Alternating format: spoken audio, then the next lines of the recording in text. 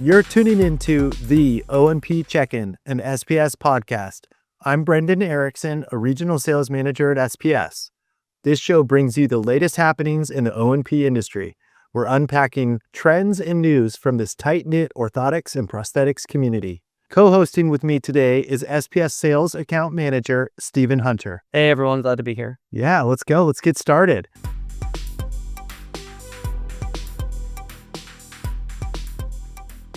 Discover the Trulife Pace family of AFOs designed for comfort, durability, and style. Choose between the Posterior Lateral L-Pace and Posterior Medial M-Pace, crafted from aerospace-grade composite materials. These AFOs feature a narrower ergonomic footplate for seamless footwear compatibility and come with a 2-year warranty. PDAC Approved for L1951. Speak with your SPS Account Manager for more information.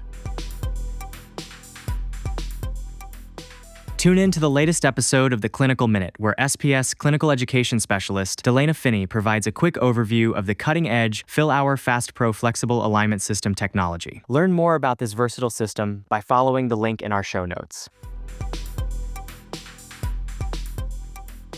Hello, listeners. Today we have a very special guest from O&P Insight. Senior Manager of Clinical Affairs, Curt Bertram, is here to share coding change that is shaping the industry. Welcome, Curt. Good to be here. Absolutely. Welcome back. So again, thanks for joining us. We've got a lot of ground to cover, so let's get to it. Let's start off. Could you give us a little background about CMS's new HCPCS code and how it should be applied in clinical practice? Interesting thing about the new HCPCS code, as you said, L2006, is that code has actually been around since 2019, late 2019. So it's not new. It's actually not brand new, but there's been a lot of interesting technology surrounding that code that is fitting into that code. So there is new technology fitting into that code. We refer to it as innovative technology. But this code's been around since about December of 2019 and has not been associated with a fee schedule. So this code we would call manually priced. So it wasn't a real popular code. Yes, we liked it, and the predicate product was the Autobox C-brace, and that's wonderful, but there wasn't a fee schedule attached to it. So there was still some hesitancy to use it. It's been recent that the fee schedule has been attached to this code. So now we would call a complete code. It has the descriptor, the fee schedule, and there is some coding guidance associated with it from Medicare. Gotcha. So what are the appropriate use cases for this code? This code is innovative technology. And what do I mean by that? It offers microprocessor technology to allow patients that have weaknesses, that have deformities, because it's a custom code, so we can fabricate custom KFO to this patient. The way the code is written, it allows for a lot more inclusivity within this innovative technology. So what do I mean by that? We look at the C-brace. I might get in a little trouble for saying this, but it's a C-leg for a KFO. And what I mean by that is that it's a hydraulic cylinder that uses microprocessor technology to actuate that cylinder at the appropriate phase of the gait cycle. It never locks, and it provides resistance to that motion in extension or flexion. And then you have the newer technology that's recent to this code, adoption of this code. Agilic is the device. It's a powered technology that allows resistance and assistance to range of motion at the knee throughout the gait cycle. So the way this particular code is written, it allows both of these different products to be included under the same code. That's really interesting. The same code for a quote unquote more passive device that's controlling movement you put into it, and a powered device is under the same code. Yeah, it's a little bit of a departure from what you would see in prosthetics, where you would have a microprocessor knee, L5856, have that passive approach. It never locks. It doesn't provide power, to a power knee from OSER 5859 that actually does move the joint and assist the motion in the joint. Yeah. But in orthotics, both of these different products that do different things for patients fall under the same code. Which patients would qualify for this code? What are the indications where you would go for this versus something like a C-brace or a ductus? So the Agilic, first and foremost, it has to be for an ambulatory patient. It still falls under the AFO, KFO, LCD, meaning that they have to have a weakness and/or deformity, and they have to be an ambulatory patient. But it's not for somebody who's aggressively using sports and aggressively using the device. It's for somebody with knee instability in the sagittal plane. And if you think about it, it's somebody like, let's take a pediatric patient. So it'd be a pediatric patient that's diagnosed with cerebral palsy, diplegic gait, and they have that crouch gait. And the Agilic is designed to assist in a more upright gait, conserve energy, train into a better gait pattern, so it assists with physical therapy. And you could even translate that into an adult who had a stroke.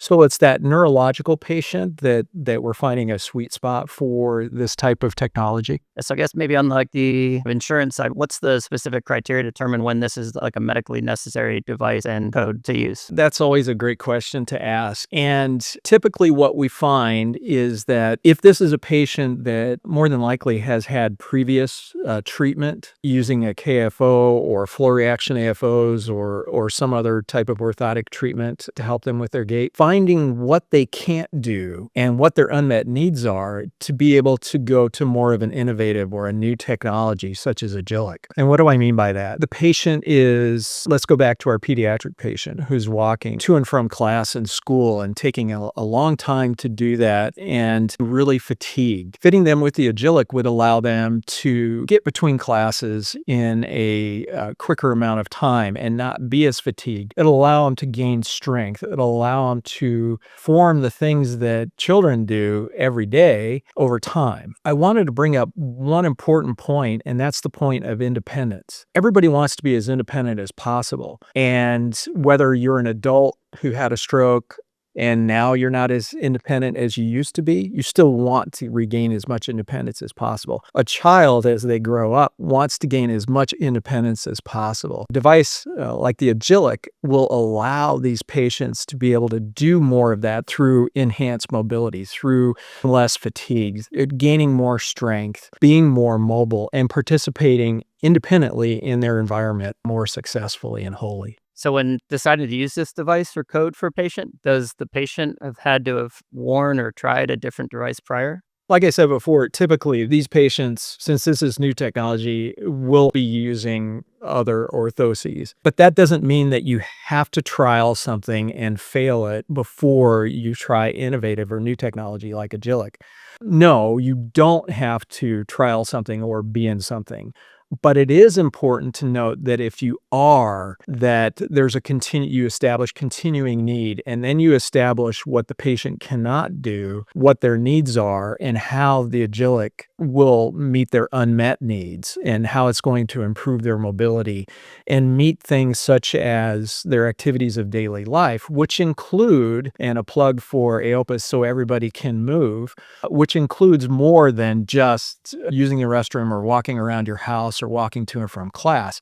It includes participating in things like for children that are sports related, that are activities related, that are going to a dance and being able to dance with their fellow classmates. Or as an adult who had a stroke, to be able to get back to work, to be able to stand and walk through their work environment successfully and independently. And Curt, I had one question as well. Does this have a high percentage of bilateral usage versus unilateral just because of the presentation of crouch gait? I think in the pediatric, to answer that question, yeah, in the pediatric, yes, cerebral palsy, diplegic type of a patient. But as a unilateral CVA or stroke, you're more than likely going to use that in the unilateral case because your contralateral side will be strong enough. Gotcha. Okay. Well, cool. And so I know people would like to know what the reimbursement level for this code is, and maybe if you could add a little bit about how it varies by state. Yeah, so it does vary by state. Initially, when the fee schedules come out, it's a uniform fee schedule throughout the United States. But as utilization comes into play, they adopt different fee schedules for different states and territories, such as Puerto Rico. The higher cost of living will typically give you a little bit higher rate of reimbursement. So at the high end of reimbursement is Puerto Rico, and it's around $43,000+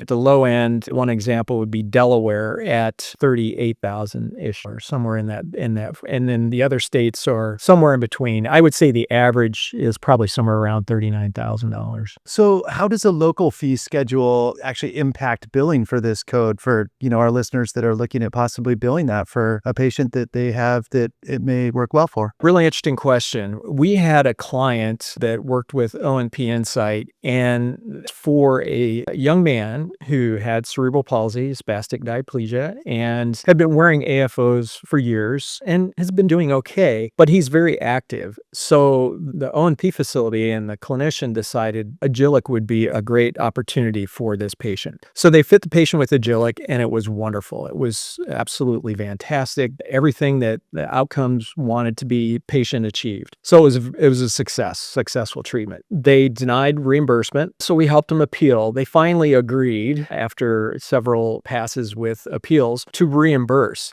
They reimbursed bilateral Agilic braces for about 10% of where that reimbursement should have been. We had to go to the insurance and appeal for incorrect fee schedule. And it was my assumption that somebody was keying in the fee schedule, and they looked at it and went, no KFO is $38,000. That's crazy. They're $3,800 maybe. So the fee schedule is input wrong. And the lesson to learn from this is, how does the local fee schedule impact you? Well, if they don't input the fee schedule correctly, it can impact you in a negative way, reimbursing you 10% of what should be the allowed amount that you should receive. And how did that turn out? Were you guys successful? It turned out really well. It turned out really well for everybody, especially for the patient, because they got the technology. Yeah, I was going to say, he got to keep it? Yeah, they got to keep it. We would never take it away. Right, of course. They got to keep it, and the supplier got reimbursed appropriately, contractually, once the error was highlighted. And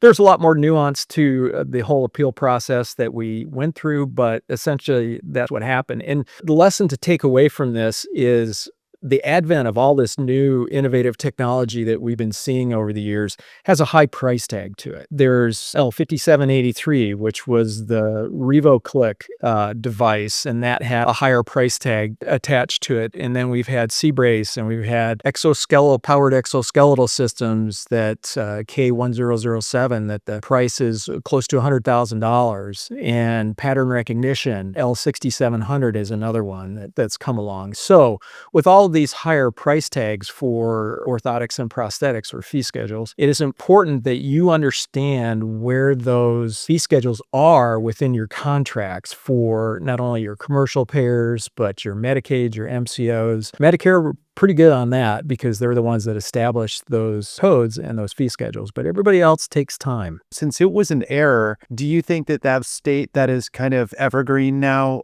they have the correct fee schedule in place, or would someone in that state need to fight that battle again? No, that fee schedule has been taken care of. So I like the term evergreen, certainly. So a lot of work had been done on this specific case for any other supplier in this state to follow. It's a big win for the profession. That's awesome. Yeah, and I was just thinking, the whole concept of advent technology, that may be something that happens in the future, right? And just be aware of it, because everybody makes errors, right? And if it was just a small error that the fee schedule was there, maybe we should be aware of when we're using advent technology, just to pay super close attention and make sure the fee schedule is there.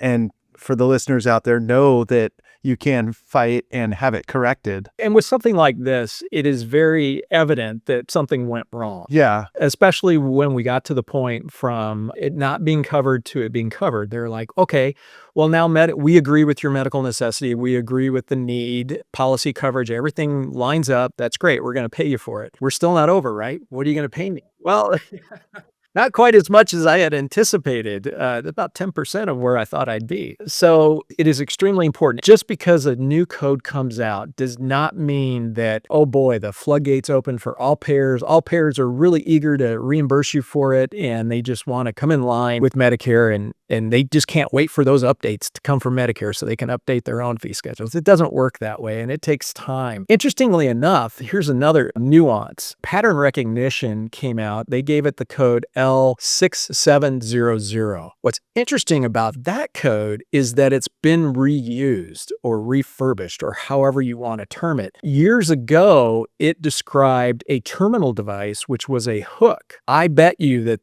are some fee schedules out there from maybe a Medicaid or some regional payer that has L6700 terminal device and a fee schedule attached to it that's nowhere near what pattern recognition would be recognized for. So in that case, if you don't know that and you submit that code, they're probably more than happy to reimburse you and approve that terminal device instead of doing pattern recognition. So being that it's a reuse code offers another twist that you have to be ready to bill that payer. You have to be cautious. You have to know the policy. You have to know the fee schedule. You have to know if there's any coverage surrounding it. You have to know if there's any exclusions or investigational statements around it that they're not going to cover, or they may actually say non-covered. It's interesting that there's still a commercial payer out there that's denying vacuum, even though it's been out for years, lots of research, it's been recognized by Medicare. They're still denying it as investigational.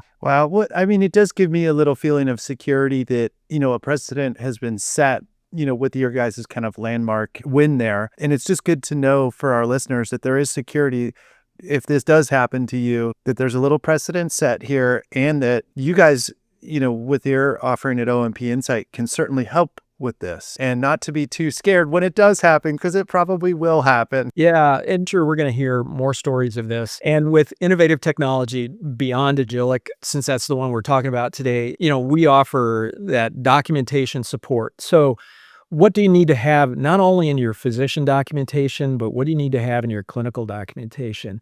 And then we move into who's going to be supplying it at your facility. So you're going to have Mary and Bob, who are the clinicians who are going to supply it, and you're going to have Peter and John, who are the administrative specialists that are going to be working on that team. What do they need to know about this code? So we provide that training individualized to your specific practice. And it's exactly what we did with that case I told you about. Heaven forbid you go through a denial. We have appeal strategies, again, cited in that case that we talked about earlier. Are there any payer-specific policies clinicians need to follow when using this code? So Medicare has come out with a policy article clarification around L2006 with regards to the descriptors. So this is their way of providing extra correct coding guidance. And the way they've done that is they've made this a very inclusive code, which means no addition codes are allowed to be added to this. Even though it is a custom fabricated knee ankle foot orthosis, they specifically say, quote, there are no additional add-on codes for this KFO, end quote. So what does that mean? That means that you have one choice and one choice only when you supply this orthosis. No matter how you specifically make it or construct it, it's only billable with L2006. When you bill this for the first time to a specific payer, make sure that you read their coverage policies. If and where they don't exist, then you can always fall back to Medicare and make sure that you follow Medicare's guidance with regards to providing that code. Well, so that's an excellent story, Curt. And how are commercial payers responding to the new CMS code, or I guess new-ish CMS code? I think they're responding well. We've heard a lot of success stories about suppliers submitting for this code and getting reimbursed for this code. There is a place for this technology, for this powered exoskeletal technology, not only in policy from Medicare that's supporting it, but adoption from Medicaids, adoption from commercial payers. I'm very hopeful that as long as our documentation supports medical necessity and coverage policy, that we're going to continue to have success. There will be the hiccups here and there, but as time goes on, the adoption of these new codes, the fee schedules, and everything that follows does happen. And so I am very optimistic about being able to support clients through the process of doing these for the first time on that clinical administrative side, to those that do have special challenges with certain payers, whether it be a state Medicaid or an MCO or a commercial or a regional payer. So how can clinicians, payers, and patients advocate for broader adoption and success with this code? Yeah, remember that payers always expect to pay the least amount. So they don't always understand the difference between a KFO, a flow reaction AFO, and a Agilic. They just know that Agilic is a lot more expensive. And so you have to ask the question, why is the Agilic the least costly, most effective device for this patient to produce the best outcome, and no other less expensive device will be appropriate? It's kind of an interesting question to answer as a clinician, but it's one that does have to be answered for the payer. So be proactive. Know that with technology, it goes through the rigor of having a lot of research performed around the code, around the device. It's been proven to be efficacious, safe to use on patients. It produces superior outcomes to what we've been doing in the past. If you think about where we were in the profession, 50 years ago to where we are now, we're now using, composite materials, we're using titanium, we're using microprocessors, we're using electronics and powered systems. We're going to advance from there. Our payer system takes time to adopt this. By being proactive, we can utilize this technology to create better outcomes for our patients, better lives for our patients.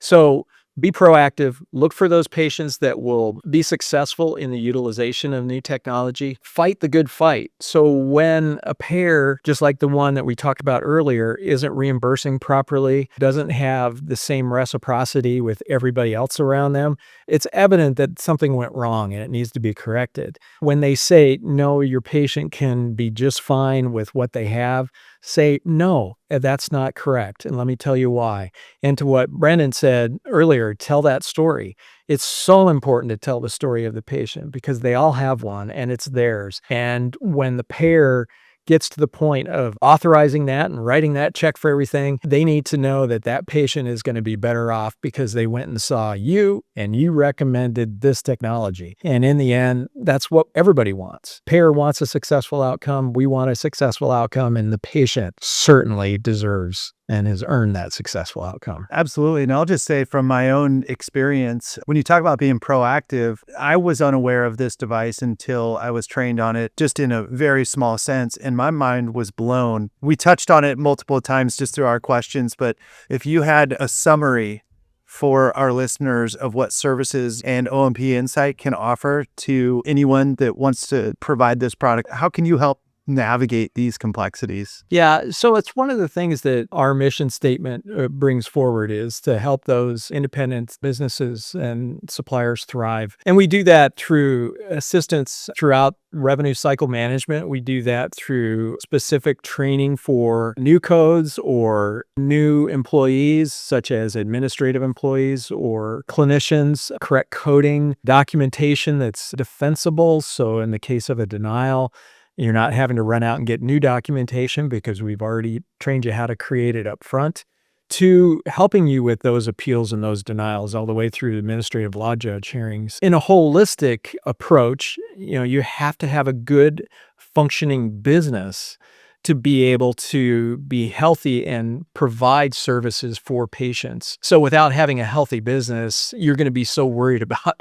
making payroll or paying your bills and things like that and not concentrating on your patients. So one of the things that we do every year is we offer a Lead the Way conference in Las Vegas. And this year it's October 8th through the 9th. And it's the facets of business. So we're going to be going over all the things and tools that you need to make your business run. I'm convinced that you'll learn something and have a takeaway from our Lead the Way conference in Las Vegas on October 8th and 9th that will allow you to improve your business. Thanks for joining us, Curt. It's always a pleasure having you on and talking to you. Anything else you would like to add? Keep fighting the good fights. It doesn't always come out rainbows and unicorns, but O&P Insight can help mitigate some of those rain showers, make it a brighter day. Absolutely, Curt. Thank you so much. And thank you for the work you do, not even just spending the time with us. And we'll allow you to get back to that hard work, help everyone in our profession. So again, thank you so much. Thank you. It's a pleasure to be here. To learn more about O&P Insight, follow the links in our show notes. Thank you for listening to the O&P Check-In, an SPS podcast.